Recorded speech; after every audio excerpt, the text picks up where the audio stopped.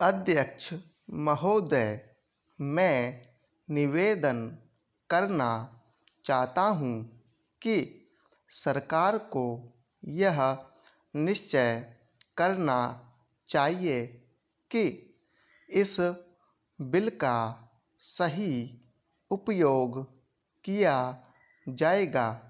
Police को डाक द्वारा मत देने का अधिकार दिया जा रहा है, वह सही है।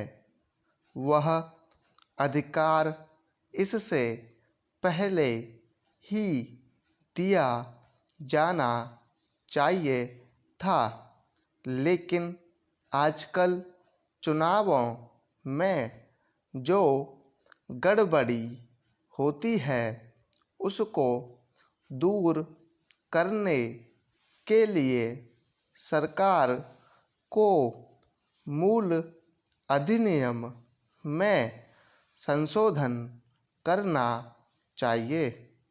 माननीय सदस्य ने अभी कहा कि इस बिल पर ज़्यादा वाद विवाद नहीं होना चाहिए, लेकिन हम विरोधी दल के लोग जानते हैं कि जूता कहाँ काटता है। अगर कांग्रेस पार्टी चुनाव से पहले गद्दी छोड़ दे और सरकार में न रहे, तब हम देखेंगे कि कांग्रेस को कितने वोट मिलते हैं। चूँकि चुनाव के समय कांग्रेस पार्टी के हाथ में सरकार रहती है, इसलिए उसको इतने वोट मिल जाते हैं। मैंने मध्य प्रदेश में देखा है कि हमारे कुछ कर्मचारियों को आरोप लगाकर पकड़ लिया गया है। इस संबंध में न्यायाधीश का निर्णय वहाँ की विधानसभा में पढ़कर सुनाया गया है। पुलिस के वोट लेने के लिए यह बिल लाया गया है। हमें डर लगता है कि पुलिस पर दबाव डाला जाएगा। सरकार को यह बतला देना चाहिए कि ऐसा नहीं किया जाएगा। यदि प्रारंभ में ही चोर चोर का शोर मचा दिया जाए तो चोर घर में नहीं घुसता है, क्योंकि वह जानता है कि लोग जागे हुए हैं। हम अपना यह शक और चिंता इसीलिए प्रकट कर रहे हैं ताकि सरकार इन बातों का ध्यान रखे और चुनाव में होने वाली गड़बड़ियों को रोकने की कोशिश करे। यह जो छोटा सा बिल लाया गया है वह किसी विशेष मतलब से लाया गया है, जैसा कि विरोधी दल के अन्य माननीय सदस्यों ने कहा। यह बिल किसी विशेष पार्टी के हित के लिए नहीं लाया गया है।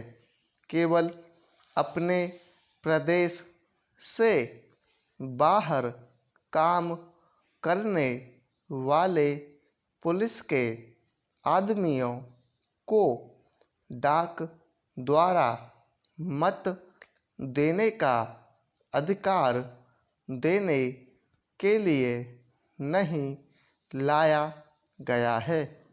मैं निवेदन करना चाहता हूँ कि अभी देश में वे स्थितियाँ पैदा नहीं हुई हैं जिनमें वह अपनी मत के अनुसार जिसको चाहे वोट दे सकें।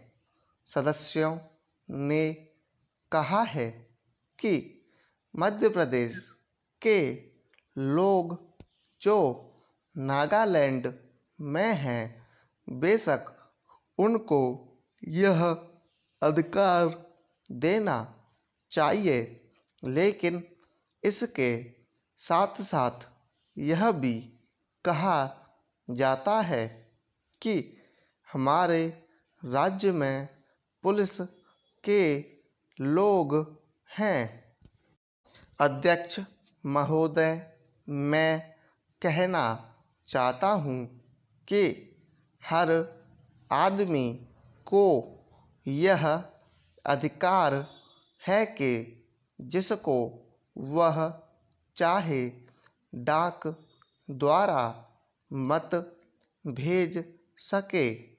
ऐसा तो नहीं है कि सभी मत किसी एक अधिकारी के सामने ही इकट्ठा करके भेजे जाते हैं।